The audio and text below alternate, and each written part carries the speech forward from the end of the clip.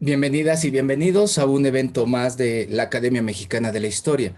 Nos reúne aquí ya una tradición de esta academia, el ciclo de conferencias Historia para qué.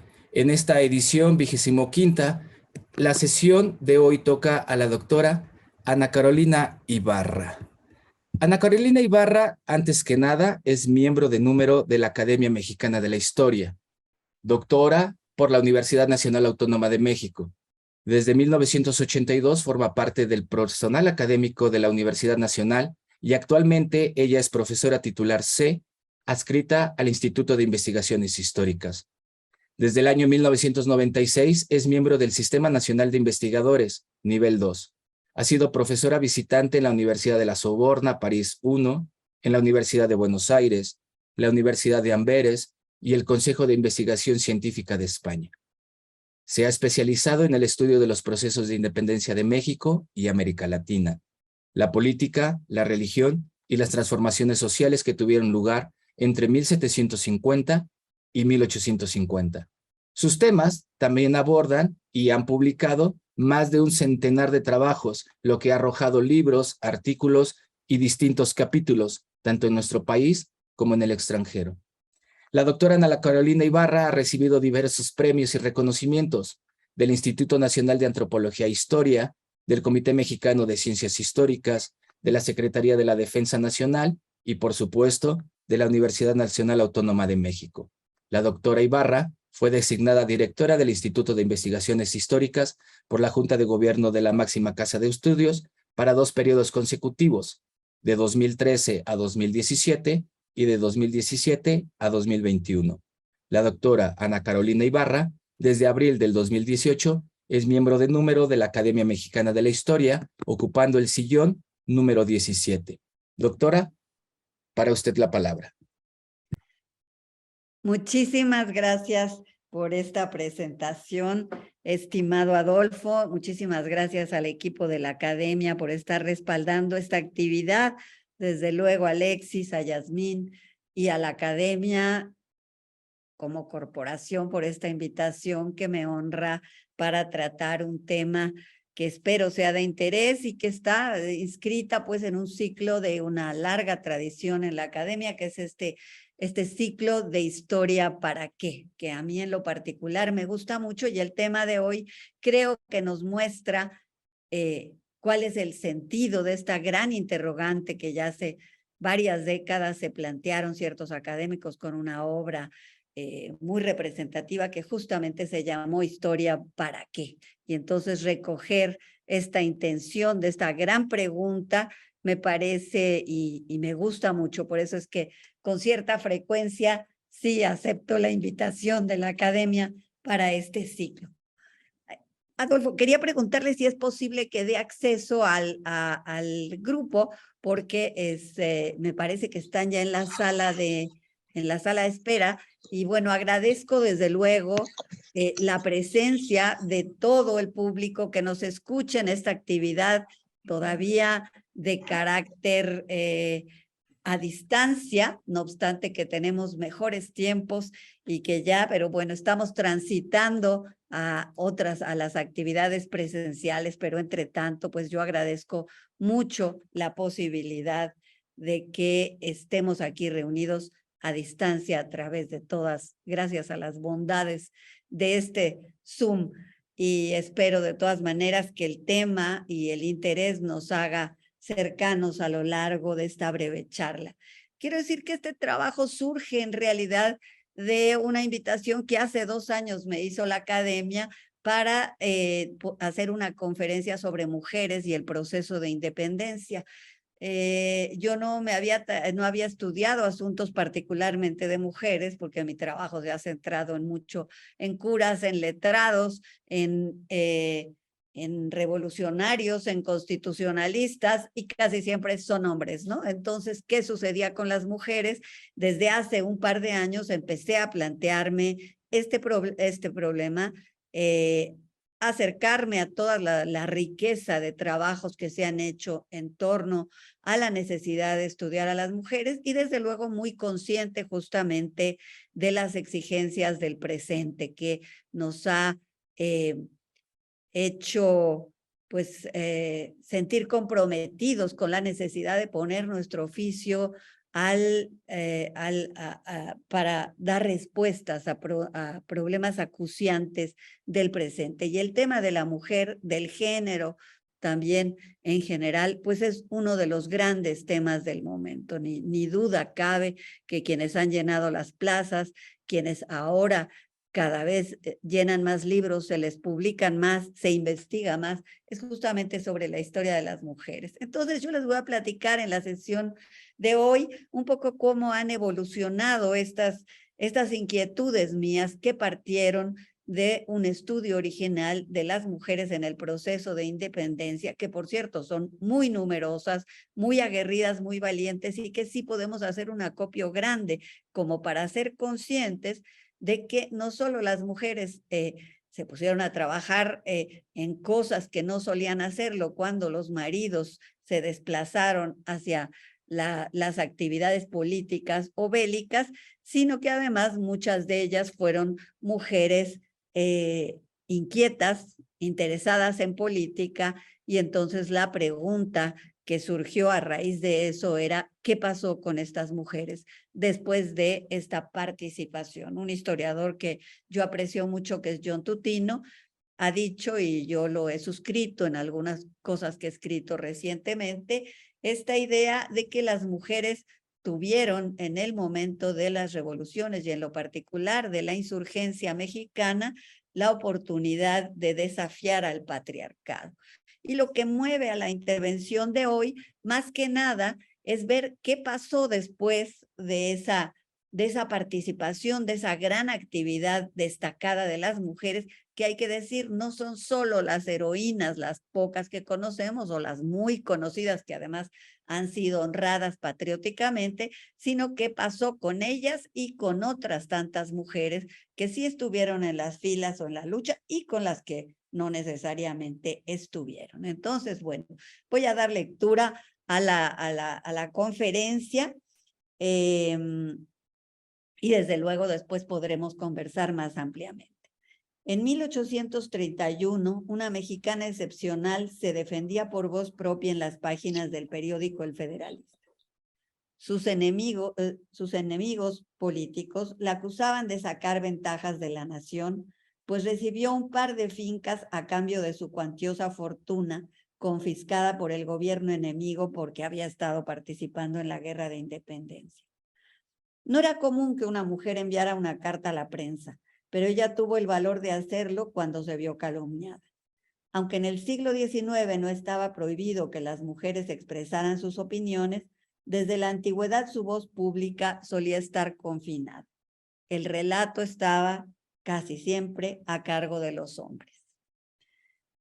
La prestigiada profesora británica Mary Beard ha hecho un comentario muy interesante y nos recuerda que esto es algo tan antiguo como la Odisea.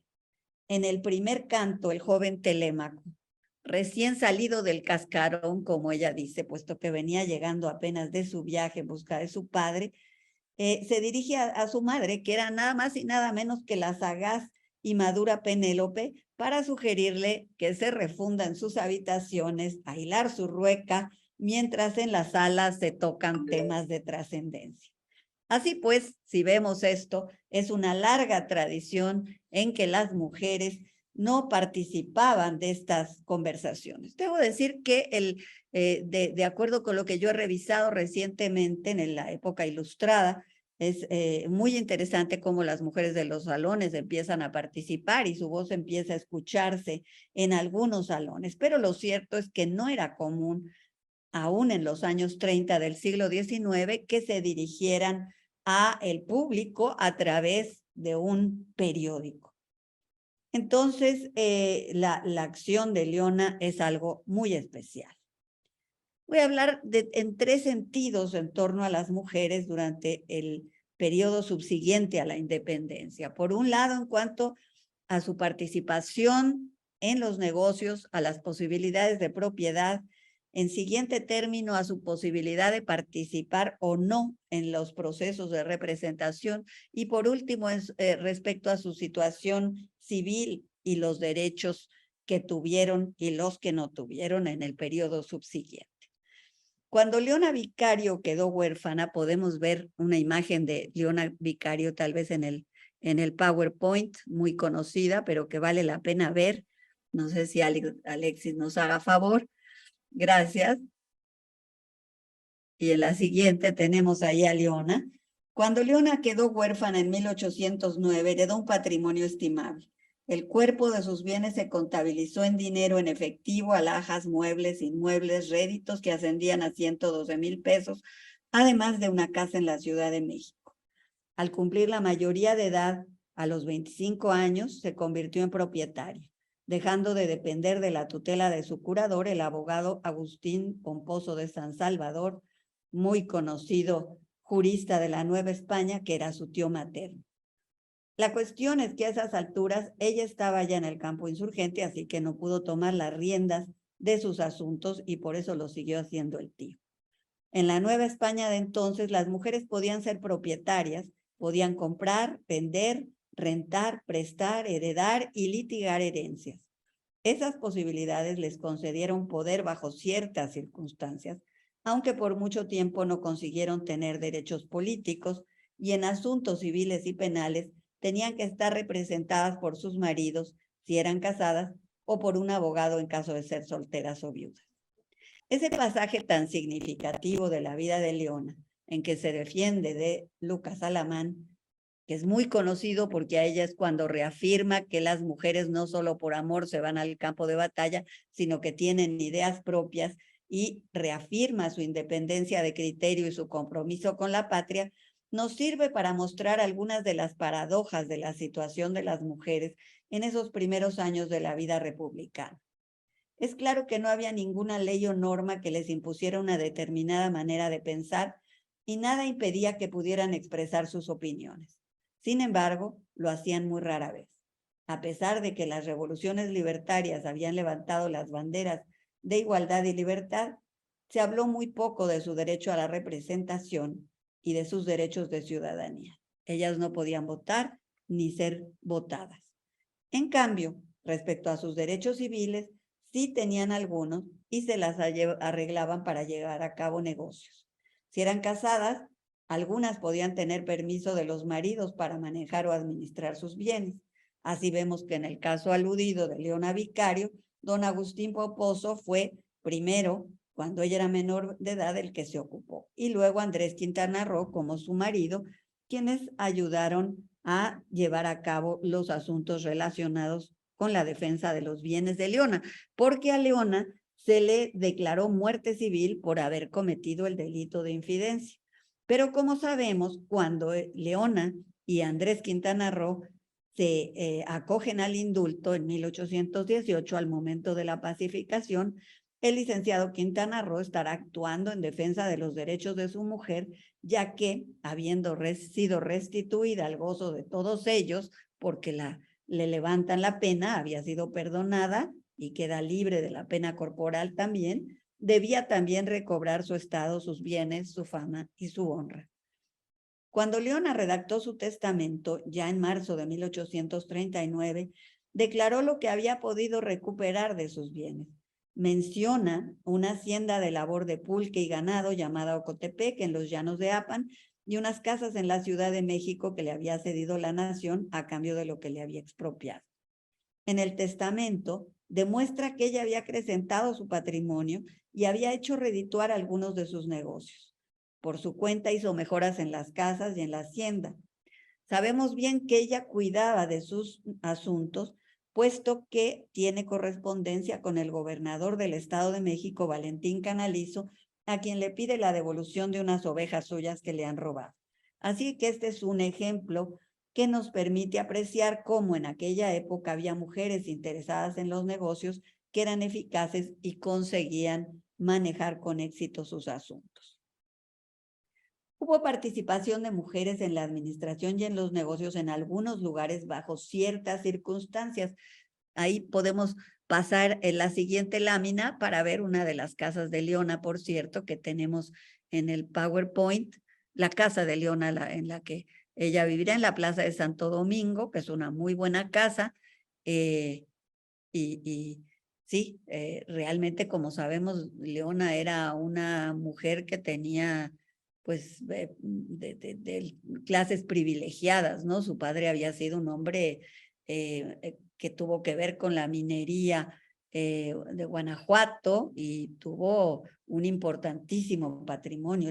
Ella lo dijo ella misma, no hubo muchas mujeres de su rango que se lanzaran a la insurgencia con el valor y la determinación que ella lo hizo. En la siguiente lámina, y volviendo a tomar el tema de las mujeres que administraban sus propios asuntos, tenemos allí también un caso, y quisiera ver si avanzamos un par de láminas más o una lámina más. Sí, exacto, para ir justamente a un estudio que es importante porque nos muestra la participación de las mujeres en la administración y los negocios, que fue posible bajo ciertas circunstancias, como lo demuestra este estudio reciente de Sara Damiano. Se llama To Her Credit, Mujeres, Finanzas y la Ley en la Nueva Inglaterra del siglo XVIII. Y es un estudio sumamente novedoso e importante, pues nos muestra cómo las mujeres en dos puertos importantes de la Nueva Inglaterra del siglo XVIII, que son Boston y Newport, tomaron a su cargo una cantidad de tareas. Esto fue indispensable porque los maridos generalmente en estos puertos se hacían a la mar y a veces no volvían, y a veces volvían muchos años después. Esta situación particular de los puertos, que no ha sido estudiada en muchos lugares, pero ayer curiosamente en una entrevista que le hacían a una historiadora francesa muy importante, ella es bretona y contaba justamente cómo en la Bretaña francesa como los hombres se iban a la mar o luego volvían los marineros borrachos y demás, hay una cierta proclividad a que las mujeres asumieran tareas de este carácter y fueran pues un poco matriarcales, por decirlo de alguna manera. Chiste es que Sara Damiano en este trabajo nos muestra, además, en pleno siglo XVIII, recuerden ustedes que estamos ante las guerras que se libran en el Océano Atlántico, las grandes guerras internacionales, de las cuales además después va a salir la independencia de los Estados Unidos, ¿no? Y entonces, lógicamente, los hombres estaban mucho fuera y las mujeres realmente, según ella lo demuestra, se convierten en motor del desarrollo económico local en esa época. Las circunstancias locales contribuyeron a ello y hay suficiente material para poder estudiar varios casos que muestra cómo litigaron sus asuntos, cuántas veces afrontaron discriminación, cuántas por el contrario tuvieron éxito y consiguieron sortear prejuicios y normativas que no les eran favorables. Tenemos en la siguiente lámina la imagen de estos dos puertos distantes entre sí, pero que tuvieron experiencias semejantes y que ella estudia. Si podemos volver a dos láminas más atrás, ahora sí, porque algún error hice yo ahí al acomodar, este es Santa Catarina Ixtepeji, para que no pensemos que esas cosas solo ocurrían en el mundo anglosajón, sino que la participación de las mujeres en la minería de Oaxaca ha sido estudiada por varios autores. Huémac Escalona se refiere a la cantidad de mujeres viudas y solteras que se involucraron cada vez más en los negocios. De allí que Cecilia Rabel, o él citando a Cecilia Rabel, nos muestra que hubo varias mujeres que prefirieron mantener el estatus de viudas en lugar de volver a contraer matrimonio. El artículo de Huémac Escalona al que me refiero se ocupa de estudiar los registros y posesión de las minas de Iztepejí, este importante lugar cuya iglesia vemos aquí en fachada, y de Tejomulco durante un lapso crucial para la intendencia. Desde 1786 a 1820, época en que se instala el régimen de intendentes y luego estalla la Guerra de Independencia. Su trabajo demuestra el desempeño exitoso de una familia de mujeres criollas y una cacica india que logran sacar provecho de sus minas. Se convirtieron ellas en verdaderos agentes económicos. Su trabajo fue vital para la región y para sus familias. Consiguieron tender redes mercantiles de cierta amplitud y hacer una contribución al mundo de los negocios. Hay cada vez más trabajos que nos muestran que la actividad femenina fue muy útil en diversos campos, como los de Rosana Maragán, Laura Machuca e Isabel Povea, particularmente en el campo de la minería. Podemos pasar la siguiente lámina que también nos da una... bueno, aquí está un poco la insistencia de mi parte, es decir, se convirtieron ellas en los dos casos que he mencionado en verdaderos agentes económicos. Su trabajo fue vital para la región y para sus familias y consiguieron tender redes mercantiles de cierta amplitud y hacer una contribución al mundo de los negocios. Pasamos a las siguientes láminas. Exacto. Y hablemos ahora de los derechos políticos de estas mujeres que eran bien capaces en un momento dado de sacar adelante las economías no solo de sus hogares, sino de las regiones o de las poblaciones específicas en donde ha habido hallazgos de interés. Mujeres, ciudadanía y derechos políticos. Los derechos políticos y civiles de las mujeres caminaron muy lentamente en el siglo XIX y por eso es importante ir a los archivos que muestran el comportamiento de la gente con independencia de lo que se legislaba. Como dije antes, se consiguió que las mujeres tuvieran derecho a disponer de bienes propios y a participar en un consejo de administración, lo que abrió la posibilidad para algunas de tener poder social y económico. Volviendo a los derechos políticos, es importante destacar que en el curso del siglo XIX, particularmente entre 1830 y 1870, los derechos políticos no solo de las mujeres, sino de muchos otros grupos fueron crecientemente restringidos.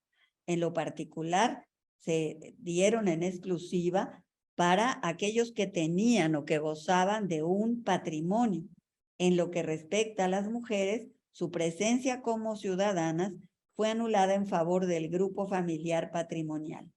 Ni la Constitución de Cádiz de 1812, ni la Constitución Federal de los Estados Unidos Mexicanos de 1824, que dejaron un amplio margen al voto universal masculino, tocaron el asunto de las mujeres. Así que a pesar de los espacios ganados y el entusiasmo de algunas, sus aspiraciones y opiniones quedaron subsumidas a las del patriarca. Más adelante, cuando se generalizó el voto censitario, aun si hubo mujeres que tuvieron un patrimonio, manejaron negocios y haciendas, el voto censitario no las abarcó a ellas.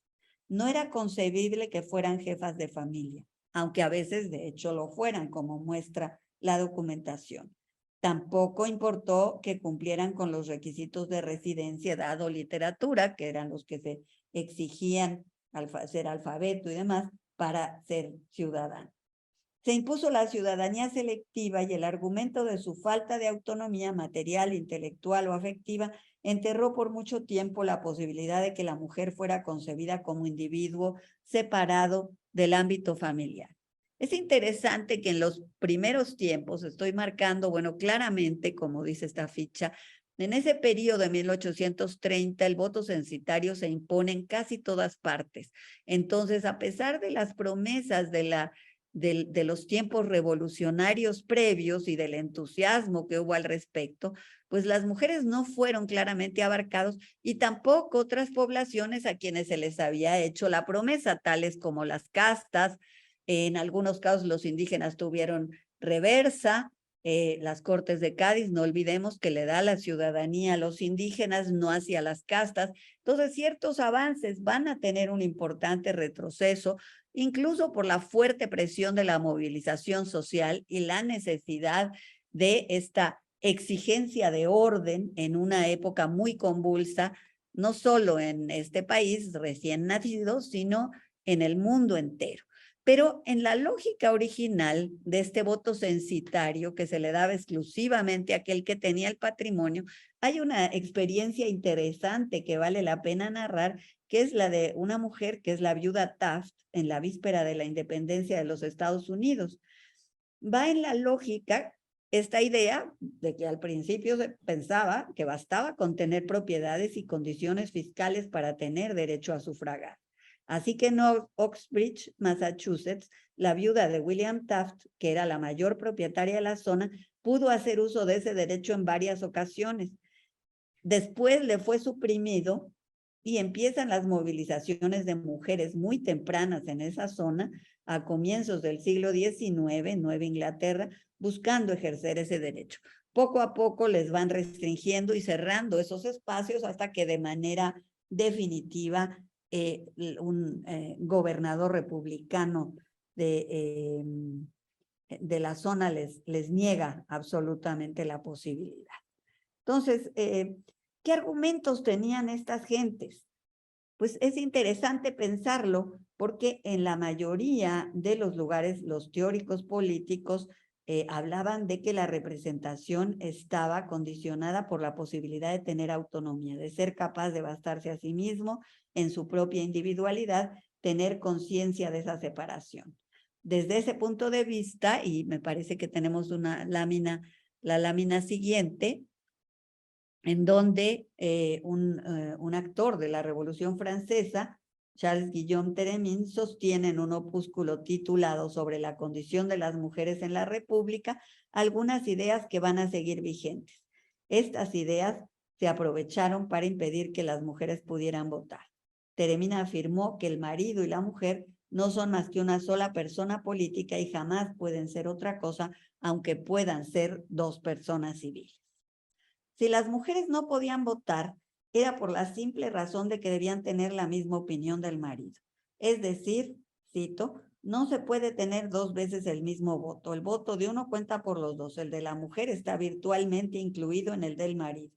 Esto presupone que es la unión de los sexos, la condición sexuada, la que constituye el sujeto político.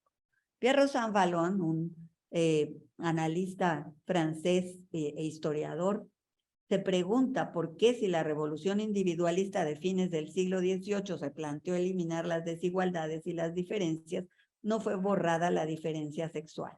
Lo que es más, durante y después de la Revolución Francesa se profundizó la brecha, ya que vino el rechazo a las mujeres en la esfera política, aún en aquellos momentos en que la revolución se radicalizó, exaltando al máximo el imperativo ciudadano, con el voto universal y con el voto sin principio de distinción en algunos momentos radicales de las revoluciones. Como dice este autor, es decir, Rosan Vallon, la gran contradicción está en el reconocimiento del sufragio universal y la negación del reconocimiento del derecho político de las mujeres. A sus ojos, el hecho solo puede explicarse a través de la construcción de la familia ciudadana. En ese entendido, la negación de los derechos de la mujer no se funda en una incapacidad individual, sino en los aspectos funcionales del ejercicio del voto. A ojos de Rosan Vallon se trata de una trampa, la trampa de la familia ciudadana que encubre el interés de contener la participación de las mujeres en los procesos electorales. Mucha misoginia se encuentra uno cuando ve pasajes un poco de las maneras en que eran tratadas cuando tenían incluso en plena Revolución Francesa reuniones de mujeres en clubes y demás hasta que llegaron a prohibirlos, ¿no? Es una cosa bastante impresionante y más de uno dijo que hacían en la calle, que fueran dejando abandonados a sus hijos y cosas por el estilo que se solían de decir y que se han dicho en todos los tiempos. A lo largo de la historia, claramente, pues, la familia es la unidad básica de la sociedad y asegura la reproducción de la especie, la división del trabajo, la base de las estructuras sociales. Con el advenimiento de una sociedad de individuos separados, la función de esta suerte de cuerpo intermedio se mantuvo a costa del derecho de la mujer.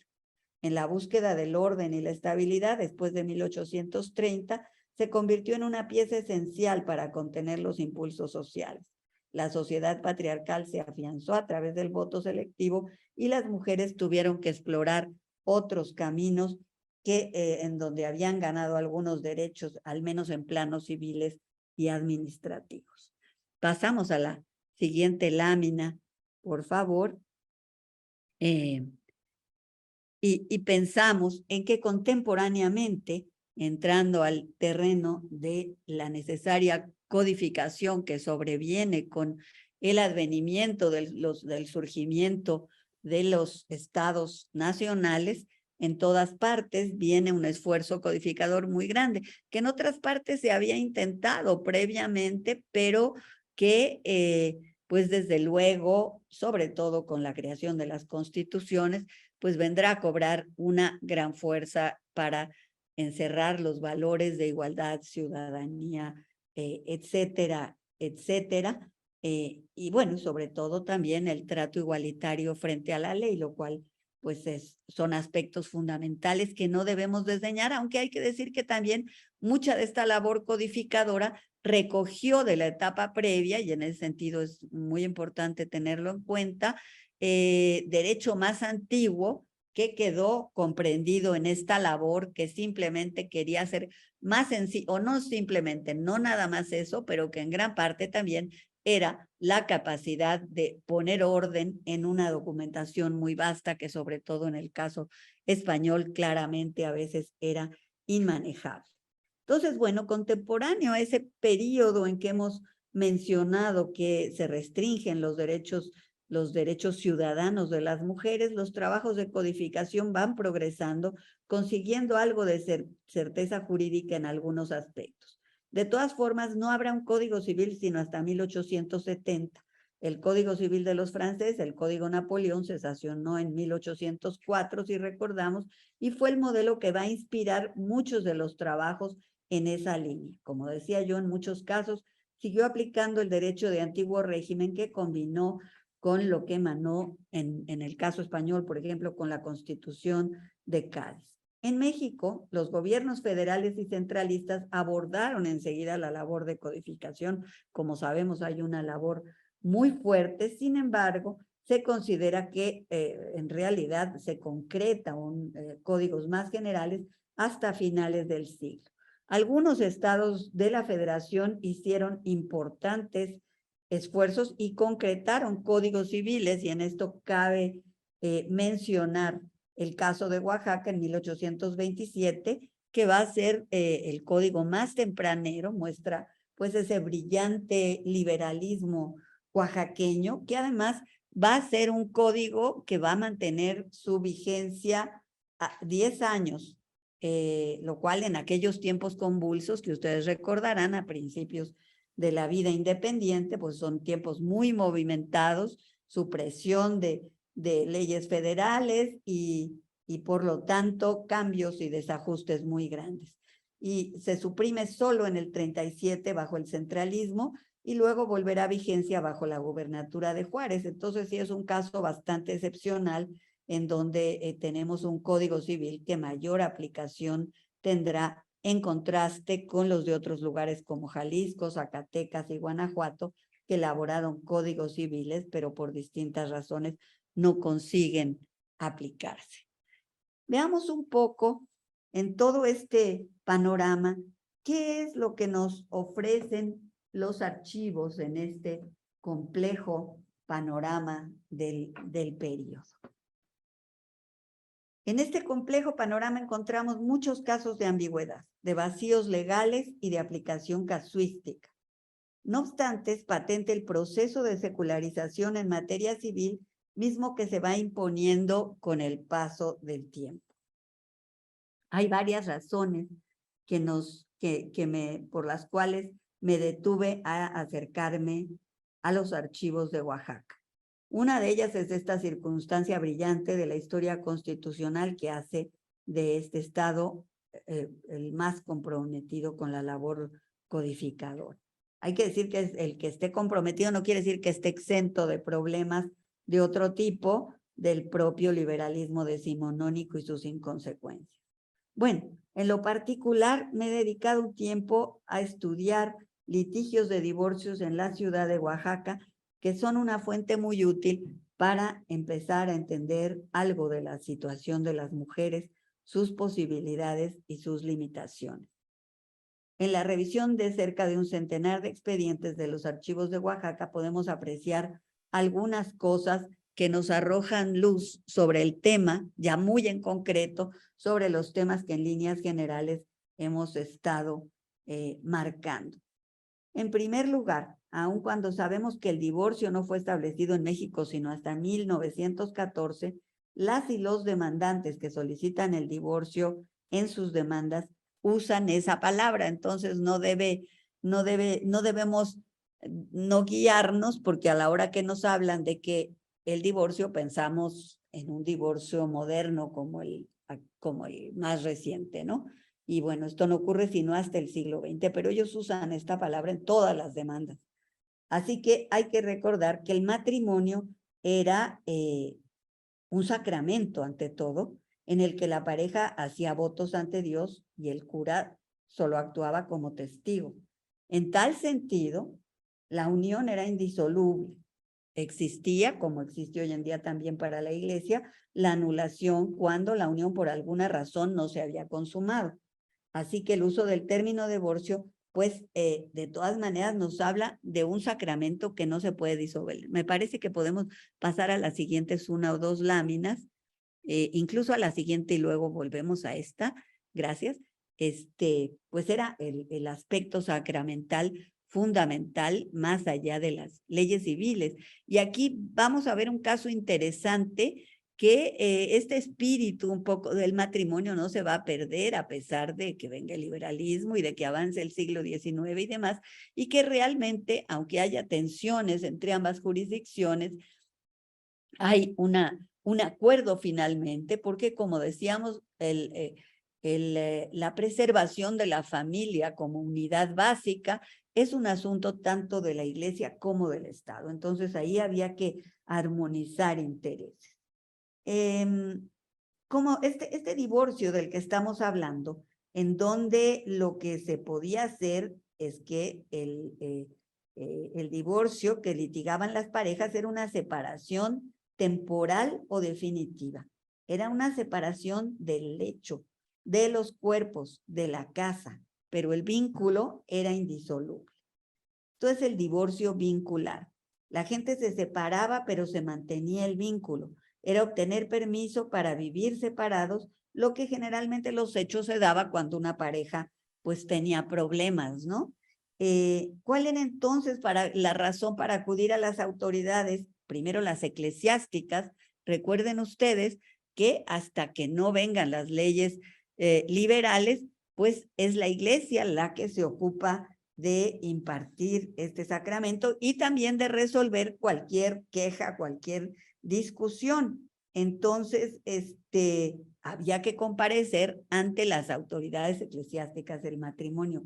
Era eclesiástico.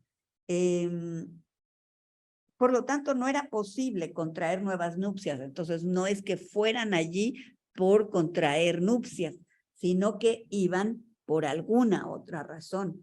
Tendrían que tener alguna buena razón para acudir a dar sus quejas o abrir un proceso que a veces costaba dinero, era costoso, había que ir, eran procesos largos y pues no era una cosa tan sencilla, había que embarcarse en ese asunto y por lo tanto seguir los procedimientos que se marcaban. Las mujeres tenían, igual que los hombres, de la misma condición, el derecho de interponer una demanda de divorcio. La cuestión es que ellas debían tener obligatoriamente un abogado representante que hablara en su nombre. Ellos generalmente también, pero ellas obligadamente. Desde luego podían declarar, llevar testigos, refutar e inconformarse ante las decisiones de las autoridades. Como en el periodo virreinal, durante los primeros años de la vida republicana, los y las demandantes acudían con el provisor de la catedral ante el juez de la catedral que nombraba el obispo a plantear sus quejas. Gradualmente, las tareas ejecutadas por este funcionario eclesiástico pasaron a manos de funcionarios civiles designados por el alcalde, luego del juez de paz, que fue una instancia frecuente para presentar las quejas, demandas e iniciar el litigio. Para comprender este tránsito y sobre todo el matrimonio y el divorcio eclesiástico hay dos obras fundamentales. Una, La mujer ante el divorcio eclesiástico, de Silvia Arrom, una gran escritora que realmente inició este tema hace pues más de 30 años y que escribió este pequeño libro en la colección CEP 70. Y el otro trabajo es más reciente, de la investigadora venezolana Dora Dávila, en su tesis que presentó al Colegio de México y después fue publicada por la Universidad Católica Andrés Bello, el propio colegio, y la Iberoamericana, y que se llama Hasta que la muerte nos separa, y hace un estudio sobre el divorcio eclesiástico en el Arzobispado de México en un periodo del siglo XVIII. Esto es básicamente lo que hay. Hay una tercera obra que voy a mencionar más adelante, pero para el periodo estas son dos obras básicas. No podemos evitar regresar a la normatividad borbónica para el matrimonio, particularmente a la pragmática de 1776, en la lámina previa, si eres tan amable, Alexis, que es, bueno, un documento crucial de Carlos III en pleno momento ilustrado, y que para algunos autores es la expresión del patriarcado sociopolítico de la corona española. La pragmática pasó a América en 1778 y expresó el deseo de mantener una élite social y una élite estamental. Recuerden ustedes de la sociedad estamental antes de que surjan los principios del igualitarismo y la ciudadanía. Se trataba de asegurar el consentimiento paterno, en este caso, en la pragmática, en cuanto a los desposorios, buscando impedir los matrimonios entre desiguales. Realmente el argumento central de esto es que no se mezclaran las castas y los distintas etnias y grupos sociales. Entonces, ese era lo que estaba en el espíritu de esta pragmática, pero bajo este argumento se consentía mantener por separado a las clases y sectores sociales en favor del orden imperante y conceder un gran papel al pater familias. Lógicamente fueron sobre todo los españoles, europeos y americanos los que tomaron muy en serio esta voluntad real, pues de acuerdo a algunas investigaciones, realmente otros grupos se mezclaban sin mayor problema. Antes de la pragmática, de todas formas, había una tendencia fuerte a la endogamia, sobre todo en las comunidades de grupos de españoles y en las propias comunidades indígenas, aunque hacen falta muchos estudios demográficos, realmente ahora que surgen todos los grandes temas sobre la raíz africana y el alcance que haya tenido esta presencia y mezcla en determinados lugares, pues nos marcaría quizá, nos marca una señal de atención respecto a si eran tan endogámicas o no, como la labor en los archivos y el seguimiento de la demografía es dura, pues no abundan los trabajos en este sentido, pero algunos ya nos van dando pistas de hasta qué punto realmente había endogamia o por lo contrario había muchas uniones entre grupos diversos, ¿no? El Papa en algún momento, también Benedicto XIV en el siglo XVIII había reforzado en algún momento esta tendencia, pero después realmente va a haber mucha mayor flexibilidad. Realmente es la autoridad real la que impone este tipo de matrimonios y establece la jurisdicción del padre de familia para aceptar o no la voluntad de los contrayentes. Hay que decir además que es verdad que nadie es que hablara de casar a la gente cuando estaba completamente opuesta. De esto pues hay muchas historias que se cuentan, pero lo cierto es que sí se tenía que contar con la voluntad. Si quisiéramos volver al tema de Leona Vicario, pues el tío que actuaba como el tutor no le había dado permiso de casarse con Quintana Roo, que había pedido su mano cuando trabajaba en el bufete del propio tío. Y realmente cuando ellos se casan es en el momento ya de la insurgencia. Y esto es algo interesante porque puede ser un argumento para mostrar cómo estas estructuras patriarcales sin duda se ponen a prueba o se desafían al momento de las grandes movilizaciones sociales. Y lo que sucede, como sabemos, pues es que Leona Vicario, que ya tenía una trayectoria propia en términos de su relación con la insurgencia a través de los Guadalupes y posteriormente ella misma se carteaba con los insurgentes y entonces por eso le molesta mucho que alguien como Alamán le diga que se fue por amor. Pero una vez ya en el ambiente insurgente, en el campo insurgente, ellos tienen la libertad, como muchos otros, de matrimoniarse como les da su gana y libremente pues se juntan con sus parejas y los curas, que además, como decía yo, la iglesia no estaba tan a favor de mantener estas separaciones, sino al contrario, lo que estaban cuidando es de favorecer las uniones que estuvieran sancionados por la iglesia, pues no iban a dejar que la gente quedara sin casarse en situaciones de concubinato u otras, y por lo tanto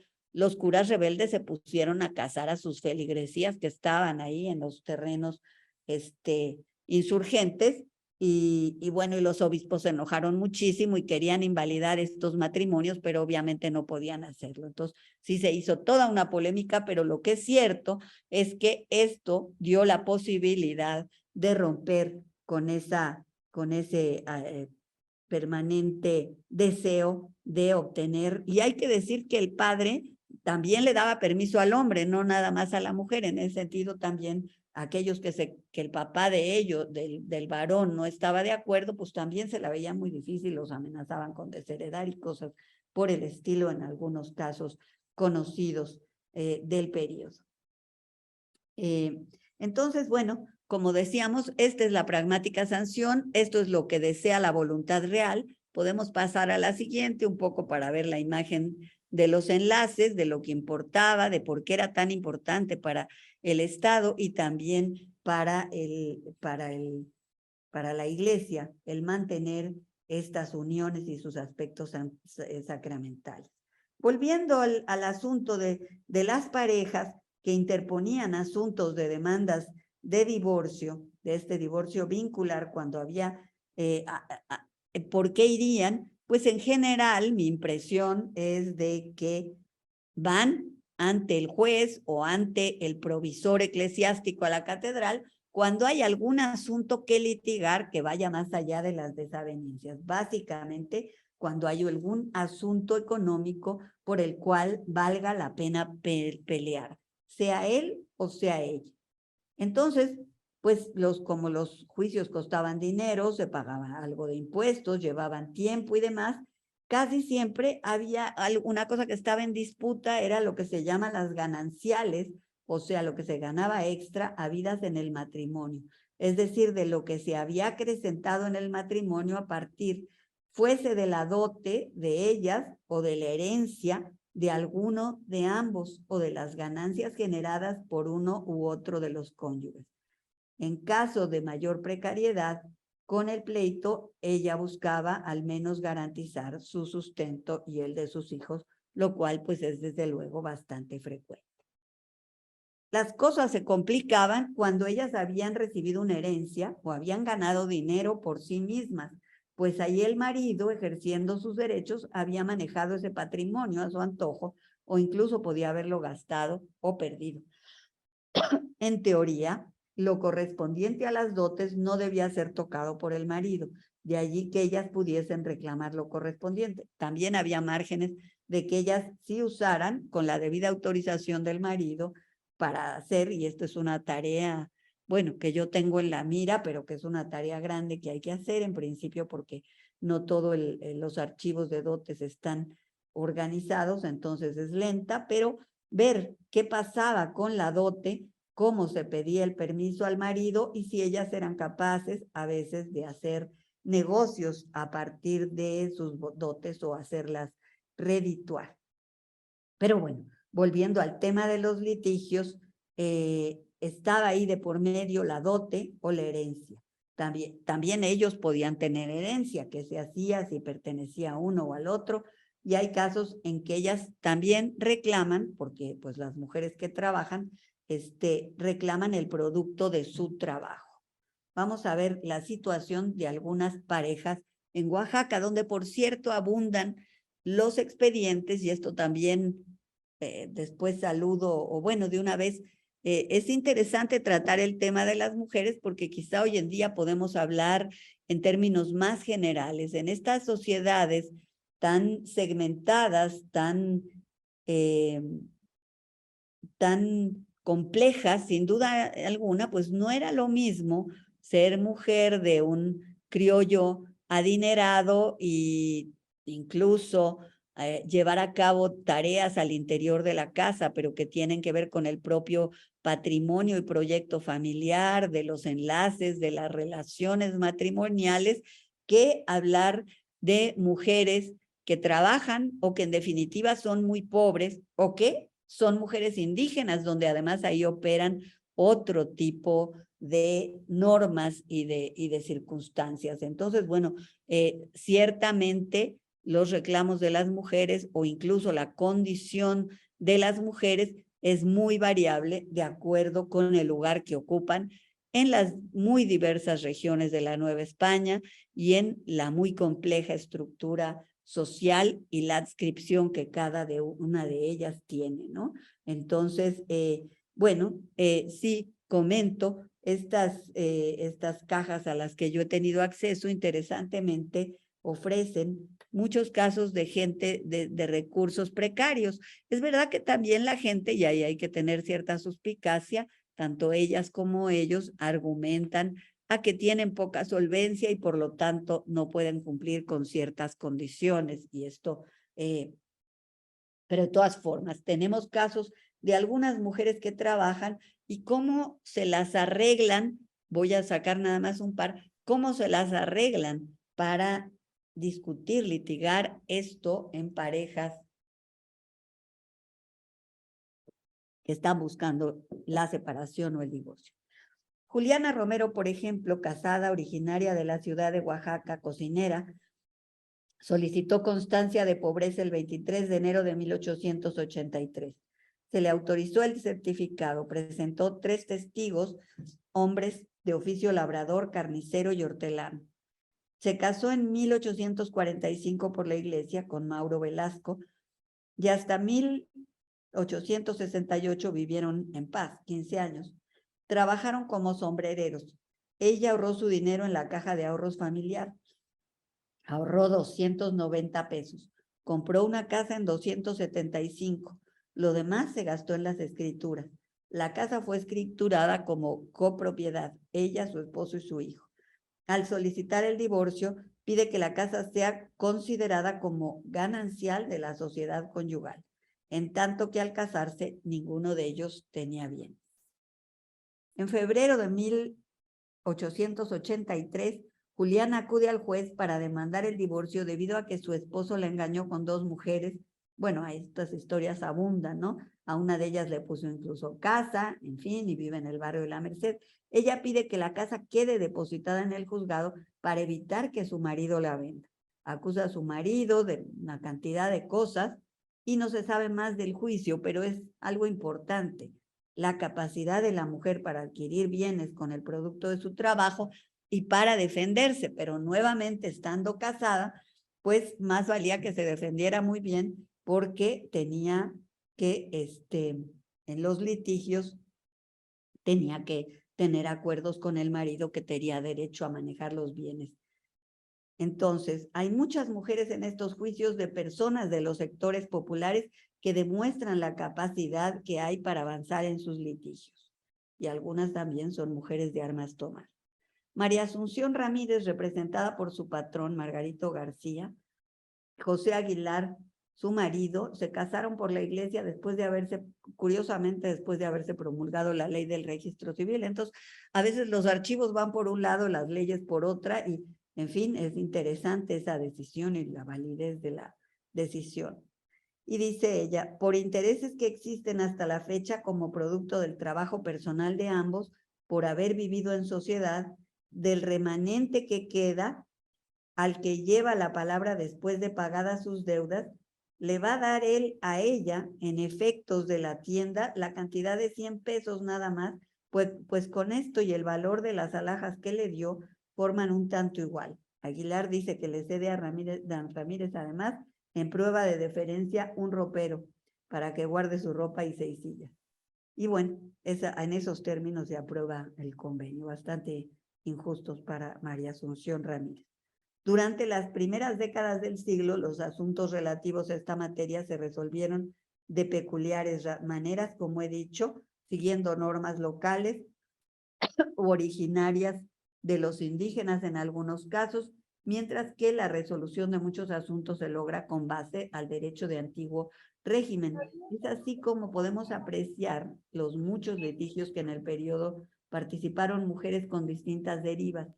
Ello obliga a una revisión cuidadosa de archivos para ver cuáles eran las instancias, quiénes eran las autoridades, cuál la normatividad que se invocaba. Es un momento de transición y la evolución de los casos muestra el avance gradual de los procesos de secularización, en donde vemos cada vez mayor presencia de autoridades civiles. El divorcio es un tema que nos permite apreciar la superposición de autoridades en distintos momentos.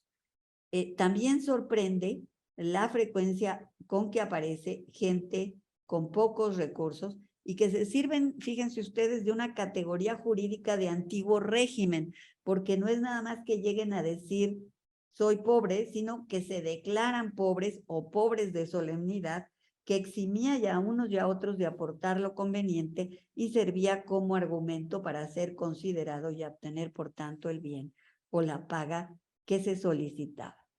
En otro caso, Francisco León y Justa Moreno de Coyotepec se declaran pobres y él dice que los bienes que su esposa tiene producto de la herencia de sus padres, él los administra conservándolos en toda su integridad, sirviéndome de sus frutos para aliviar las cargas comunes, lo cual no es contra derecho, ya que se consideran ciertos frutos como de bienes dotales, pues mi citada esposa no llevó otros bienes que constituyeran especialmente una dote. Ya se consideran como simples gananciales, pues el marido, como es de derecho, puede enajenar los bienes gananciales para los fines de la subsistencia de la familia.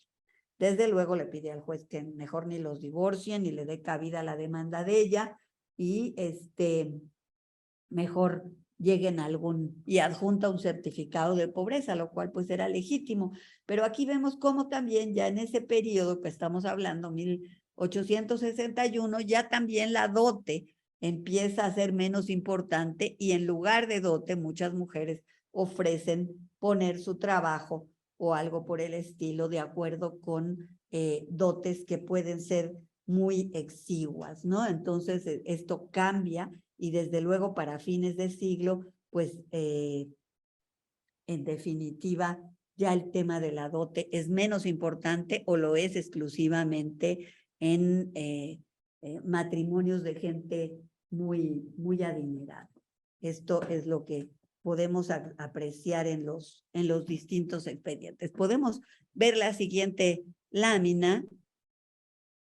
Gracias. Aquí tenemos un poco. Pues ahí es interesante, ¿no? Que aún en el dinero que ellas ganaban por sí mismos, el marido tenía la posibilidad de manejarlo y por lo tanto, pues ahí era muy difícil ser justos con las cosas, ¿no? De nuevo, siempre esto hay que agarrarlo con pinzas porque sabemos que no es la situación de todas las mujeres, que no todas van a litigar, pero estos litigios nos demuestran sí una cantidad de cosas de cómo se las agenciaban contra una normatividad que iba bastante en contra, aunque tenían ciertos márgenes, pero no cabe duda que el siglo XIX va a ser, y esa es un poco una idea que va quedando cada vez más clara, pues un siglo muy difícil para las mujeres, aun cuando en los momentos más libertarios se van a dar algunas posibilidades que se abren, por ejemplo, ya las hijas, esto también varía de acuerdo con los sectores sociales, ya las hijas reciben la misma herencia que los hijos, las herencias se parten igual entre los varones y las mujeres, pero entra un tema ahí cuando hubo el mayorazgo también de los cambios y los ajustes. En sociedades donde hay el componente indígena y donde hay todavía cacicazgos, parecería, y esto hay que explorarlo todavía más, que las mujeres cacicas van perdiendo posibilidades. Desde luego ellas no podían ser gobernadoras y otras cosas, pero sí podían, porque estaba, eso sí, el ambiente desde siempre era de que las mujeres no debían de rozarse en esos ambientes públicos llenos de hombres y de una serie de cosas, y por esas razones, pues no se les dan cargos y están todos realmente en manos de varones, ¿no? Pero en las cacicas sí podían heredar el cacicazgo y después esto se va perdiendo en el curso del siglo XIX. Entonces, bueno, los asuntos relacionados con el matrimonio, las dotes, las herencias, la patria potestad, la custodia de los hijos son fuentes para ver cómo van funcionando las normas en materia civil. En la medida en que el matrimonio tenía relevantes consecuencias económicas y hasta sociopolíticas, nunca dejó de ser muy importante para el Estado, cuya estrategia va a consistir en obtener los términos más importantes para los intereses familiares sin poner en peligro los cánones de la Iglesia. Las familias ejercían el control moral y económico en la sociedad y las nociones de moralidad y orden eran el pilar ideológico de la República en plena época de inestabilidad política. Las familias de la élite especialmente imponían un orden a la sociedad en su conjunto que se codificaba en términos de honor, moralidad y virtud. La organización de las ceremonias, intercambios, ritos, la preservación de la virginidad eran parte de los deberes de las esposas. La organización social se basaba en las familias y eso ayudaba a integrar la sociedad. Ahora bien, desde el punto de vista político, al quedar subsumidas las mujeres a la familia y tener como autoridad principal la autoridad paterna, sus opiniones se sujetaban a las del patriarca.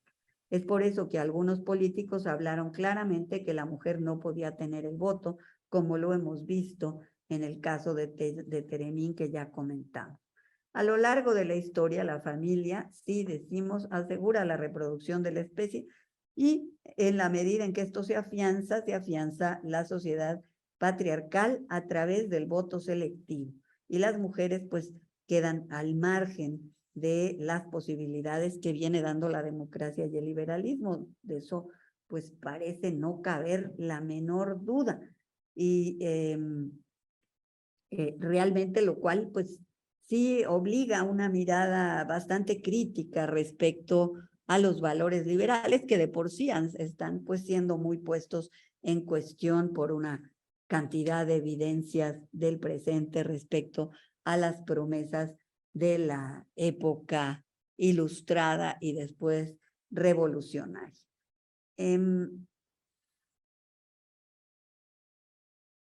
Claramente también el argumento de la protección del sexo débil, que también se usó para otro tipo de poblaciones, pero en el caso de las mujeres, haciendo notar su debilidad física y otras limitaciones, resultó muy útil para sujetarla bajo el dominio de los varones, fuese el padre de familia o el marido. Es verdad que eso no quiere decir que no haya habido enormes movimientos de las mujeres, desde luego muy claramente, junto con la Revolución Francesa, abiertamente, mujeres que discutieron la posibilidad de que hubiera derechos para las mujeres. En general, fue duro eso, fueron bastante ignoradas todas los planteamientos, pero algunas cosas se fueron logrando y desde luego hubo como defensores como Condorcet del derecho de las mujeres, pero eran grupos más pequeños. En los casos de la América Española muy poco podemos conocer acerca de esto. Hemos tenido casi siempre la imagen de las mujeres heroínas que, bueno, que vemos el ejemplo de Leona Vicario, claramente, aún así son muy pocas las palabras que hemos podido recuperar de su propia voz, y a pesar de que escribía magníficamente y con su hermosa caligrafía, muchas cosas podemos ver de su actuación, eso sí, sin duda alguna. John Tutino piensa que una mujer como la corregidora realmente fue un hogar en el que se dio la posibilidad de que ella fuera la que hizo frente a la colaboración política con la insurgencia, mientras que cuando la llevaron presa el marido se hizo cargo de los hijos, y todo esto pues disloca los roles de género tradicionales. No hay en estos casos que menciono, sí, desde luego, pues son mujeres muy conocidas con documentación grande gracias a que se les abrieron procesos, y hay otros casos, pero más pequeños, que merecen echar una mirada. Lo cierto es que de todas maneras, contemporáneamente, las primeras décadas del siglo XIX y las últimas del XVIII, como los casos que claramente he mencionado, fueron de una gran batalla por la presencia y los derechos de las mujeres. Sin embargo, como sabemos, apenas hacia la segunda mitad del siglo, en algunos lugares del mundo, los movimientos en favor del sufragio femenino defendieron con fuerza el derecho al voto. Apenas a comienzos del 20 triunfaron en Finlandia, Gran Bretaña, Nueva Zelanda y Uruguay. En México, como sabemos, hubo que esperar hasta el 3 de julio de 1955 para que por primera vez las mexicanas sufragaran en una elección federal. Resulta increíble cuánto tiempo tuvo que pasar para que pudieran hacer valer su derecho a expresar una opinión propia, para que su voz fuera considerada como parte de la voluntad general como la de los demás ciudadanos. Por último, vamos a cerrar con unas imágenes de una obra recientemente traducida, si eres tan amable, Alexis, de pasar, bueno, esto ya un poquito lo comentamos, y a la siguiente, la obra de Catherine Marino, Feminismo para América Latina, recientemente publicada por Grano de Sal, la traducción, que nos muestra el papel que jugaron las latinoamericanas en esta larga lucha por asegurar los derechos. Este es el aporte realmente de Catherine Marino, porque lo que ella nos muestra es cómo las latinoamericanas van a ser promotoras del feminismo y el panamericanismo durante la primera mitad del siglo XX. Llevaron muy lejos la lucha por el sufragio, la igualdad de los derechos sociales y laborales, y como lo demuestra ella, fueron imprescindibles para el reconocimiento de los derechos de la mujer en la Carta de las Naciones Unidas, a pesar de algunas colegas suyas de Estados Unidos y Gran Bretaña. Esto es interesante, de nuevo, porque lo que ella nos pinta es cómo en estos primeros momentos del siglo XX, las luchas antiimperialistas, las luchas panamericanistas, las identificaciones políticas de unas y otras hacen que en un momento dado sea difícil compatibilizar y tener horizontes comunes y compartidos. Hay momentos de acercamiento. En la siguiente lámina podemos ver dos mujeres, una es la cubana, Domínguez, y la otra es Stevens, la norteamericana, que no siempre van a coincidir. Hay momentos en que arrancan juntas y hay momentos en donde la oposición, por razones de índole política entre los diferentes grupos, las lleva a distanciarse o por lo menos a tener fuertes debates entre ellas. Entonces, la obra es muy rica justamente porque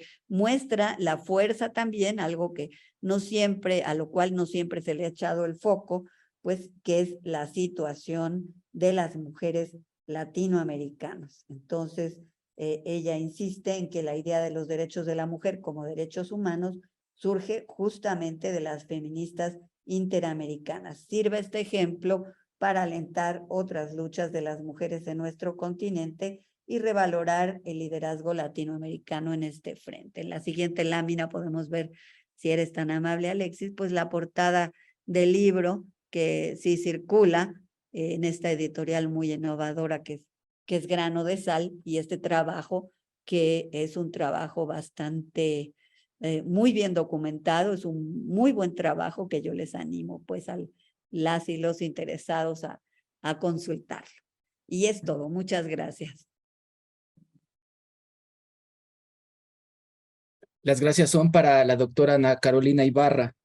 Y aquí ya hay, doctora, una buena cantidad de saludos. Y entre estos quiero destacar la presencia de los alumnos del Colegio de Bachilleres del Estado de Morelos, particularmente del grupo 302 del turno vespertino. Están aquí muy atentos a lo que usted dicta. Y tenemos ya para detonar esta serie de preguntas y respuestas, también por supuesto invitamos a nuestro público a que deje estas en la parte de los comentarios de la transmisión de Facebook, pero también por supuesto invitamos a los alumnos de la doctora Ana Carolina Ibarra que nos acompañan en este Zoom a que abran su micrófono, abran sus cámaras y externen sus preguntas. Pues bien, para abrir boca, doctora, dice de parte del profesor Rodolfo Ortega, que con su admiración pregunta lo siguiente. Bueno, primero un comentario.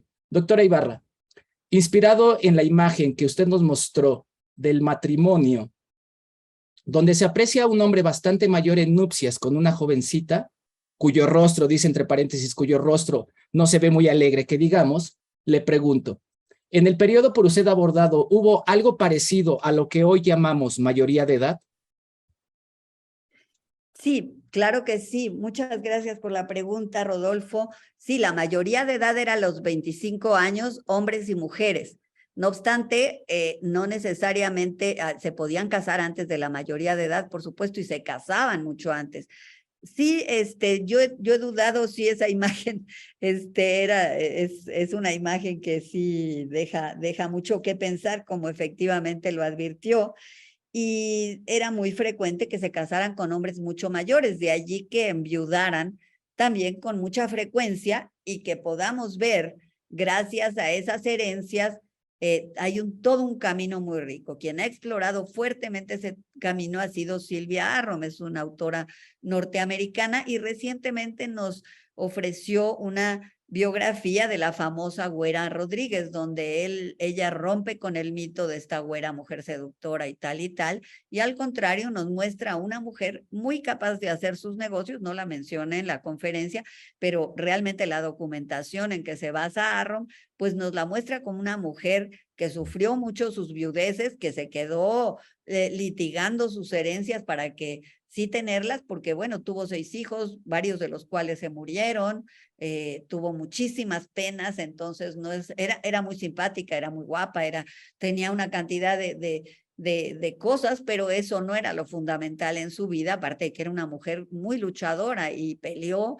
por su patrimonio y por sus hijos y tuvo bastante éxito en sostener una vida digna y en casar a sus hijos. Entonces, efectivamente, ella sería, y a quien esté interesado en seguir justamente, yo creo que esa imagen a lo mejor le sentaría muy bien, porque pues sus 2 primeros maridos se murieron y eran 2 hombres mucho mayores y la celaron, le complicaron la vida y interesantemente al final se casa con un chileno más joven que ella y bueno, con él vive hasta el fin de sus días en otro tipo de relación que pues es muy moderna para aquellos tiempos y todavía hoy en día no tan común, pero efectivamente es un caso donde ella se casa con alguien más joven y tuvo 2 maridos del estilo de los que estamos viendo, ¿no? Quizás esa escena es demasiado cruel porque también los testimonios insisten que la mayor parte de la gente pues consentía en el matrimonio y otros huían. Ahí hasta las novelas y las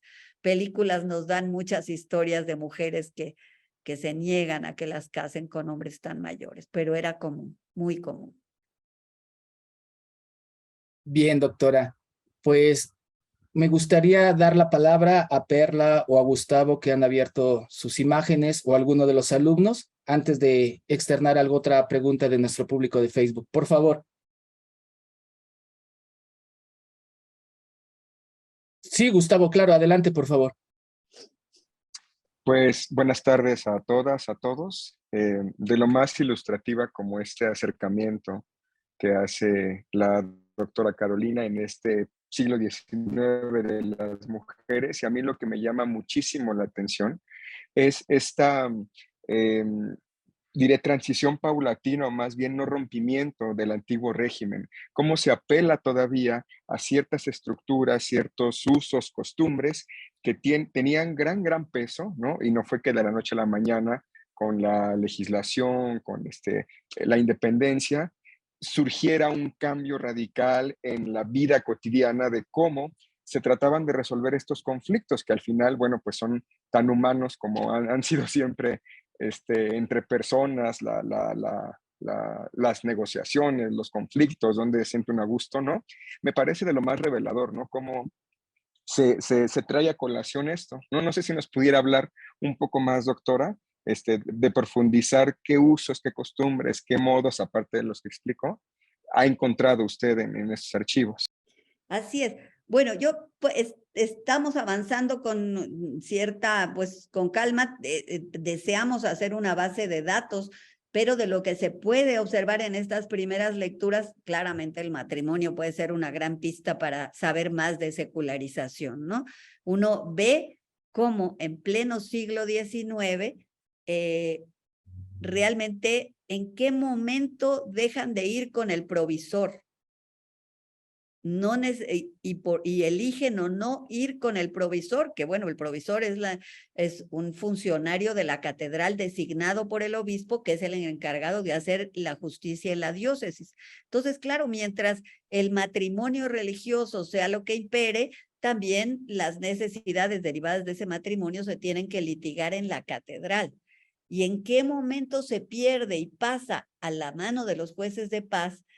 Es muy gradual, aunque es efectivo que ya alrededor de los 30 en Oaxaca, y aquí también una siguiente duda, si es porque ya está el Código Civil ahí, y entonces empieza a haber es que es realmente muy llamativo este liberalismo oaxaqueño tan tempranero, y entonces aplica más que en otros lugares el abandono, digamos, de acudir al provisor. Muy pocos casos ya siguen acudiendo al provisor y van con el juez de barrio, que también se estilaba porque desde tiempos coloniales se estilaba el juez de barrio o o los dos funcionarios, ¿no? Y gradualmente se va abandonando esto, aunque se sigue manteniendo la idea del vínculo como algo sacramental y desde luego no difícil no aceptable de que se quebrante, y el propio Benito Juárez vendrá a sostenerlo, lo que hace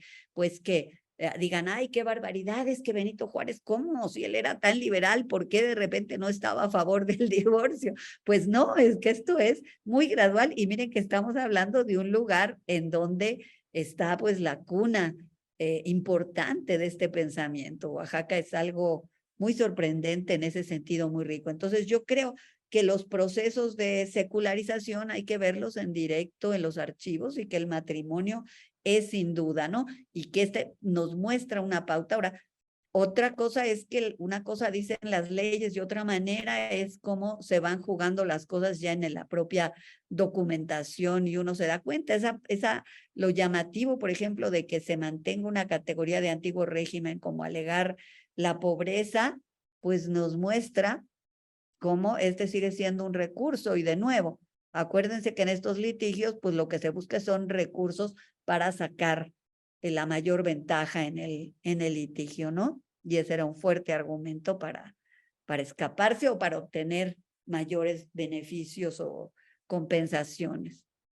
Sí, creo que cada vez me queda más claro, y un poco en el seminario también lo estamos intentando, que es necesario ver lapsos más grandes para ver lo gradual en que se van. Las cosas no se dan de manera tajante ni por decreto. Eso te podría yo decir. Pues Gustavo agradece. ¿Alguien más del seminario quiere tomar la palabra? Sí, yo, ¿qué tal? Buenas tardes y muchas gracias a la doctora Carolina por la tan interesante charla de un tema que pues lleva ya trabajando varios años, ¿no? Como decía ella. Yo justo a razón de lo que comentaba ahora, lo que preguntaba Gustavo y en lo que usted estaba abundando, yo no pude evitar pensar en también, digamos, algo que quizás es parecido, que sucede también con los mismos pueblos indígenas, ¿no? En el sentido de utilizar estos recursos del antiguo régimen, ¿no? Y a lo largo del 19 incluso, ¿no? Ya en la Revolución Mexicana, ¿no? Y que es muy interesante, ¿no? Un paralelismo que se podría hacer ahí, e incluso en lo que usted señalaba al respecto de considerar las diferencias también sociales respecto de las mujeres, porque pensando ahí en el caso de las mujeres indígenas, ¿no? Sería muy interesante rastrear, ¿no? Si hay también, si se mezclan, digamos, esos recursos también de utilizar estos desarrollos, digamos, legales en el antiguo régimen, y si eso se está mezclando también en su condición tanto de pertenecientes a pueblos indígenas, ¿no? Con estas calidades socioraciales que tenían también todo un andamiaje jurídico y su condición también de mujeres en un nuevo contexto ahora de nuevo régimen, ¿no? Donde se están traslapando también. Entonces, me parece que eso es muy interesante. Em, y yo quería preguntar sobre todo también algo que me parece a la autora le interesa mucho, que lo mencionó, la identificación de las fuentes, ¿no? Como usted mencionaba el caso de los recursos de divorcio, ¿no? Los casos de divorcio, pero si pudiera abundar quizás en alguna de estas otras fuentes que le han permitido encontrar esta muy valiosa información. Gracias. Pues sí, Perla, respecto a lo primero, claramente, bueno, algunos están aplicando para este tipo de análisis el concepto de interseccionalidad, que ahora está muy en boga y no sé si todo el mundo lo tiene clarísimo, que había que profundizar en él, pero que da la idea de estas diferencias o desigualdades que abundan. Y en el mundo femenino, pues abundan las desigualdades de acuerdo con la forma en que están colocados. Entonces, me parece que puede ser un concepto muy productivo para acercarse a este tipo yo apenas lo estoy explorando, para acercarse a este tipo de cosas. Respecto a las fuentes, pues de nuevo hay muchas. Bueno, hay que decir para aquellos que no han estado que hablando muy en general del tema, recuerden, y arrancando del punto de partida, uno de los grandes reclamos desde la gran obra quizá de Michel Perrot, la historiadora francesa que hace primero Mi historia de las mujeres y después Una gran historia de las mujeres, que está en español, que es una obra de difusión, que es una obra de carácter general y que yo los invito a que la lean. Luego han surgido otras y también se pueden acercar bibliografías, sobre todo porque nos están diciendo que están aquí nuestros colegas, nuestros jóvenes compañeros del estado de Morelos, del Salón 302, del bachillerato. Entonces, pues me alegra que están aquí. Son estas generaciones las que también me imagino que están ávidos de comprender bien por qué este clamor actual, de dónde viene, por qué este empeño, en este caso de esta conferencia, de acercarnos al tema. Pues bien, en lo que se refiere a la historia de las mujeres, la historia de las mujeres, pues se ha contado la historia de las mujeres famosas, aquí en nuestra parte de las heroínas, en otros lugares del mundo, las que se vistieron de hombres y escribieron libros y fueron literatas, pero realmente no encontramos mujeres. Yo misma, mi shock fue cuando me dijeron, haz una conferencia de las mujeres en la independencia. Y dije, ¿cómo? Si yo nada más he leído varones y el padre de la patria es un señor y los letrados y Fray Servando y los que ustedes se quieran acordar del periodo, pues todos son hombres. ¿Cómo? ¿Qué pasa? ¿Dónde están? Entonces, bueno, se va uno en busca de las heroínas y ya juntando, si tengo un caudal de mujeres que participaron y algunos colegas, incluso miembros también de la academia, como Moisés Guzmán Pérez, han contribuido con trabajos, Alicia Tecuangüey, sobre pesquisa de mujeres. Y el pensador mexicano hizo calendarios de mujeres, listas de mujeres, y son muchas. Entonces, muchas participaron en la Guerra de Independencia, de ahí me surgieron una cantidad de preguntas, pero estas no están, no nos saltan a la vista. Por eso es que una autora como Michelle Perrot dice, es que las mujeres no están, y luego es que no están en los archivos, que es muy preocupante, claro, porque uno lee papeles y discursos patrióticos y ninguno está firmado por mujeres, claro que no. Entonces, uno dice, pues son las grandes ausentes. ¿Cuál es el problema? Que no hay documentación o que no hemos sabido mirar la documentación, y ahí empieza la discusión, efectivamente, en la que nos pone Perla, decir qué pasa con la información de los archivos. Claro que la política, el liderazgo siempre ha estado en manos de los hombres, hasta muy recientemente. Yo iniciaba estas inquietudes justo con las cifras que da Naciones Unidas, el director o presidente, no sé, se me olvida cómo se llama, el mero jefe de la ONU, y que en sus discursos, bueno, dice cuál porcentaje muy pequeño todavía es de mujeres líderes. Hay muy pocas mujeres que tengan un liderazgo aún hoy en día. Entonces, en aquellos tiempos, pues más aún. Y bueno, si tomamos en cuenta además la cantidad de mujeres que tenían una educación muy limitada y no escribían, pues lógicamente hay pocos testimonios. Eso no cabe duda. Hay pocas fuentes para estudiar a las mujeres. Un camino que fue explorado inicialmente por Silvia Arrom, y lo hizo muy bien en una tesis de doctorado que todavía sigue siendo lo mejor escrito acerca de las mujeres en la Ciudad de México, y que es un libro que se llama Las mujeres en la Ciudad de México, y nos habla del siglo XIX, empieza a explorar justamente el camino de los divorcios, el camino de este tipo de fuentes más de otro carácter civil, porque no las vamos a ver. Por ejemplo, en Leona, sabemos por algunas pistas que Leona Vicario era muy buena administradora y que le interesaba eso. Por algunas cosas yo he oído, pero no sé de qué fuente sale, que cuando estaban en Chilpancingo o en las labores previas primero al Congreso y después a la elaboración de la Constitución, ella ayudaba en la administración. Sabemos que las mujeres eran correos, eran espías, eran esto, eran lo otro, habituallaban a la tropa, la alimentaban, hacían una cantidad de cosas, pero no tenemos testimonios para saber, no sabemos si algunos escritos ella, desde luego su preparación era muy incipiente en contraste con la de Quintana Roo, que fue uno de los grandes cerebros. Entonces, hay esta disparidad en la educación, y la lucha por la educación de las mujeres pues es lentísima. Cuando en los primeros momentos empieza a decir, no, es que ya queremos tener unas Madame de Staël y por eso vamos a hacer una educación, pero la educación secundaria de las mujeres viene a finales del siglo XIX, entonces es muy poquito lo que se hace por ponerlas a nivel, y realmente el siglo XX pues va a ayudar sin duda con la expansión del sistema educativo, las facilidades que se den.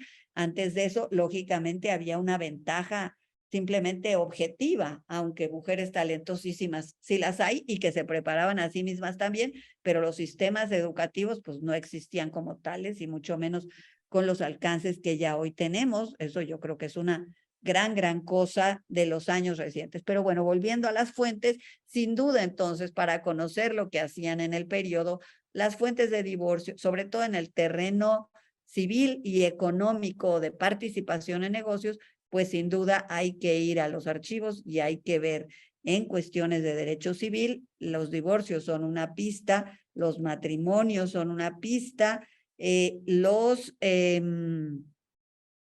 censos son una pista, las propiedades son una pista, y en el caso de Oaxaca, pues la labor para ver la evolución de las cacicas, pero a simple vista por algún recorrido inicial, podemos ver que las cacicas van perdiendo terreno en el curso del siglo XIX y demás. Había cosas que estaban normadas en lo general, como era el hecho de que no podían fungir con ningún cargo como gobernadoras y demás, pero sí ser propietarias. Entonces, ir por allí para ver sus posibilidades y cómo sí estaban al tanto, como se ven todos estos expedientes, de cómo defenderse y cuáles eran los caminos y los argumentos. A veces mujeres que incluso en algunos de los casos explorados no sabían firmar o firmaban apenas, ¿no? Sin embargo, bueno, por otras vías sabemos que eran capaces de conocer los derechos que tenían y de pelearlos. Eso es importante. Entonces, sí, matrimonios, dotes, herencias, sin duda alguna, y toda esta documentación de carácter civil, pues es súper importante y un camino posible para entrar al tema. Que está abierto, porque salvo las 2 o 3 casos que les he mencionado, pues es una labor minuciosa que hay que emprender. Gracias, Perla. Pues tras la pregunta de Perla, Jaime Sebastián Serrano Mena le pregunta algo que enfatiza usted en la parte última. Primero agradece por la interesante exposición y dice Jaime, sobre la dote, ¿era una obligatoriedad para algunos matrimonios o en algunos otros era selectiva? Y también, ¿hasta cuándo se abolió esta? Muchas gracias. Que yo sepa, no es que se abole, sino que viene a caer en desuso, ¿no? Viene a caer en desuso, pero que yo sepa no hay propiamente una abolición de la dote, y en general la dote cobra importancia cuando, recuerden ustedes, y ahí hay unos trabajos muy, muy interesantes, no la mencioné, pero están los trabajos de Solange Alberro, autora del Colegio de México, por supuesto también los de Pilar Gonzalvo, pero en lo particular alguno de Solange pone énfasis acá, que es la familia como un entramado de poder, ¿no? Entonces, desde luego, la dote jugaba un papel más importante en las familias poderosas, en donde importa qué va a suceder con el linaje, qué va a suceder con las empresas, qué va a suceder con todo esto, y por eso es que las uniones iban a estar muy vigiladas por el padre de familia, conveniencia pues de todo esto. Entonces las mujeres normalmente estaban, las madres de familia, pues procurando la buena educación, los valores y las relaciones sociales entre grupos, la misma, y bueno, es muy ilustrativo, perdón que los reenvíe con ese trabajo, pero se lee muy fácil, muy a gusto, está traducido y publicado por Taurus, que es la vida de la Güera Rodríguez, y ahí vemos cómo ella tuvo el gran interés. Ella no tenía tanto dinero, ella queda viuda 2 veces, litiga bien sus herencias y sí procura tener para matrimoniar bien a las hijas, y todavía logra casar a las nietas muy bien, y con esto pues perduran esto que decíamos en alguna ficha anterior, que es las élites, los linajes. Desde luego, conforme la gente de por sí son familias quizá menos instaladas operando de manera colectiva para el fin de la continuidad de esta élite, sino que en otros sectores sociales, pues no había el andamiaje, incluso, a lo mejor las madres mismas se ocupan en otras labores, etcétera, y no tienen esta empresa y este cometido tan fuerte. Entonces, pues sí, sigue existiendo la idea de que la mujer algo aporta al matrimonio, algo tiene que aportar. Al convento también aportan, las más ricas mucho, las más pobres menos, pero algo se aporta en la primera mitad del siglo XIX. Y esa es la dote, y es muy variable, pues, es muy variable. Realmente, revisar las dotes, en el caso que a mí me interesa, tiene que ver con ver qué tanto la manejan ellas, qué montos tienen, y si es posible, como se sugiere en algún momento, que ellas sean capaces de hacer algún negocio por su propia cuenta con esa dote, ¿sí? Y desde luego en épocas más antiguas, coloniales, uno ve que continuamente el padre de hijas mujeres está buscando juntar para la dote y buscar los mejores pretendientes para él mismo orientar el matrimonio. Entonces, tenemos que verlo como esto, como son fundamentalmente los grupos poderosos los que están más interesados en asegurar este intercambio y garantizar el futuro de la descendencia. Después se va perdiendo. Claramente hay un trabajo importante de una historiadora norteamericana que, bueno, habla un poco de la pérdida del interés de la dote para la segunda mitad del XIX.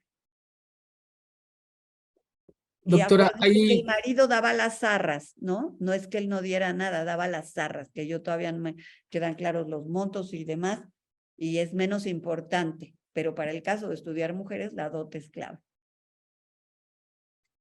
muchas gracias, doctora. Hay 3 preguntas más que trataré de hilarlas, de la licenciada María Eugenia López, la maestra Virginia Robles y alguien que no la firmó. Me parece que van juntas. La primera dice, ¿conoce usted un caso de divorcio-separación en el siglo XIX que en su momento haya generado mucho impacto mediático? Y la doctora Carolina, esta de la persona que no firma, la doctora Carolina dice, en ese tránsito del virreinato a la república, ¿se suscitó algún movimiento femenino que abiertamente hiciera alguna demanda de carácter político? Y finalmente, la maestra Robles pregunta que si acaso hubo algún cargo administrativo público ocupado por una mujer. Muchas gracias. A ver, empiezo por las 2 últimas. Bueno, por casi todas. De nuevo me devuelven a la idea de cuán poca información tenemos sobre las mujeres, o porque no estaban o porque no tenemos la información.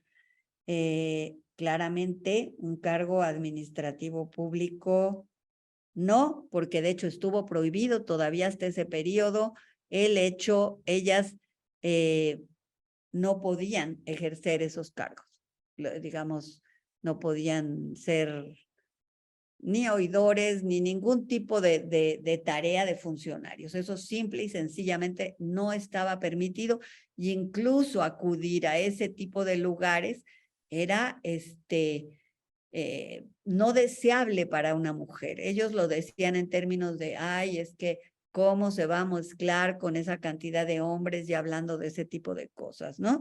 Entonces, no, claramente no. Es interesante que en los primeros tiempos, y eso yo lo he revisado un poco para un pequeño trabajo, es interesante que en los primeros tiempos del Congreso Constituyente, en el periodo de Iturbide, todavía, la hija de la Güera Rodríguez, asistía a las sesiones del Congreso. Y bueno, claramente en la Revolución Francesa también, y en muchos lugares, las mujeres podían ir a ver como público, asistir, y había interés de ellas, lo cual no era muy bien visto, pero iban.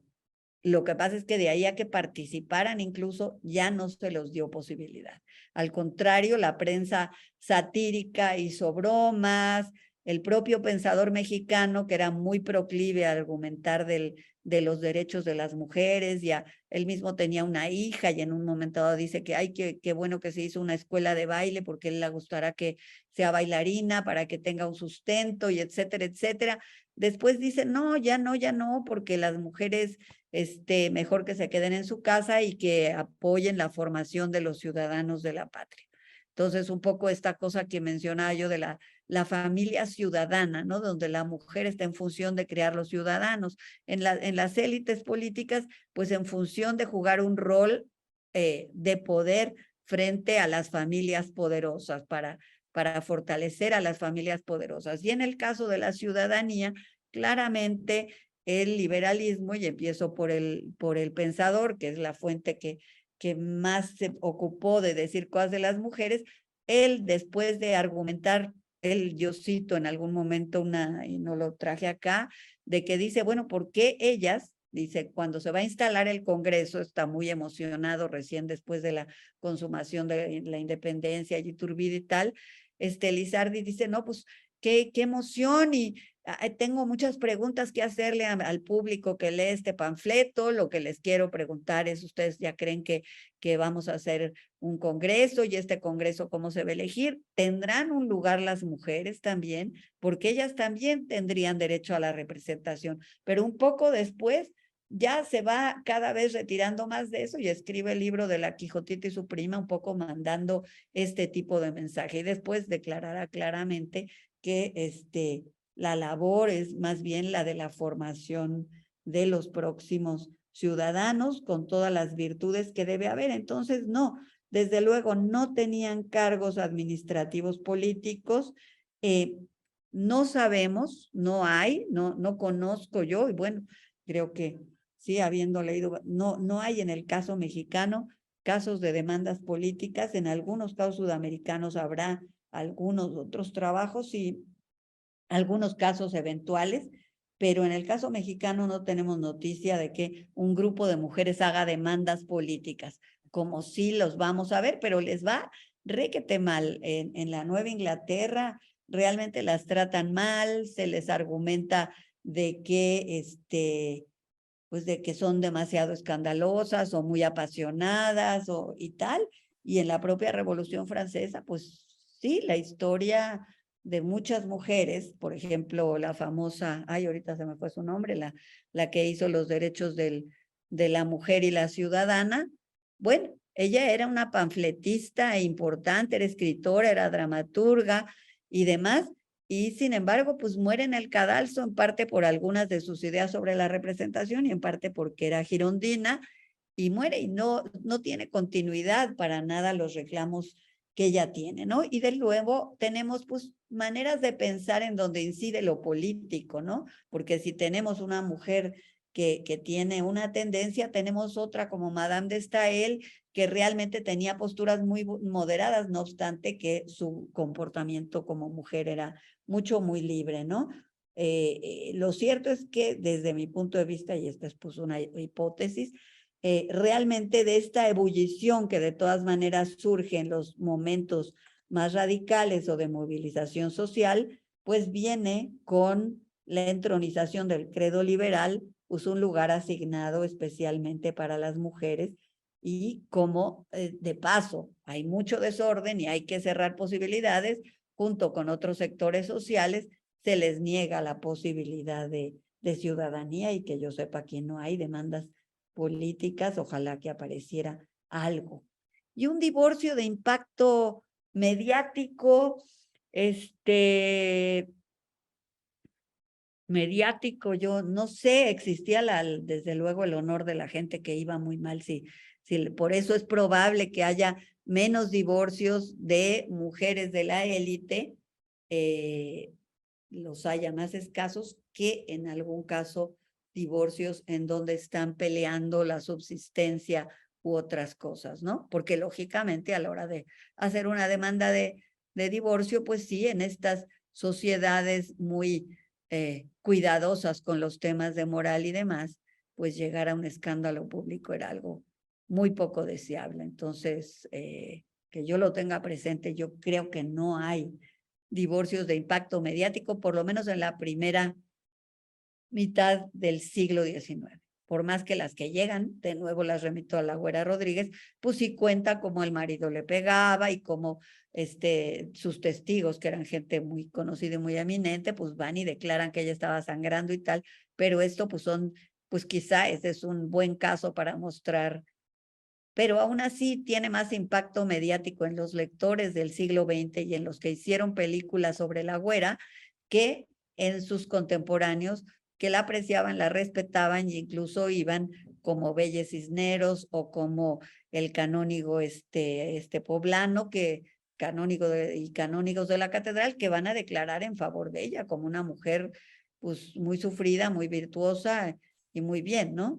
Entonces se cuida mucho este tipo de aspectos y vemos quizá en casos que no trascienden, en casos como la documentación que yo les cuento de Oaxaca, pues sí, historias que pueden llamarse de escandalosas, sí, muchos escándalos de golpes, de ofensas, de engaños, de etcétera, están claramente, pero como son de no tanta consecuencia así, no merecen mayor difusión. Entonces, casos escandalosos hay, pero que hayan sido objeto de un interés mediático de difusión, no lo creo, más que en sus núcleos pequeños, ¿no? Quizá para ganar el divorcio o para fines muy prácticos. Digo, también no quiere decir que no se vieran muy mal las cosas terribles que acontecían. La documentación está llena de estas cosas terribles y sí, pero estaba lejos de tener mayor trascendencia de un círculo muy pequeño. En fin, espero haber contestado con eso. Muy bien, doctora. pues ahora yo pregunto si alguien de sus alumnos quiere tomar la palabra. Aún tenemos tiempo.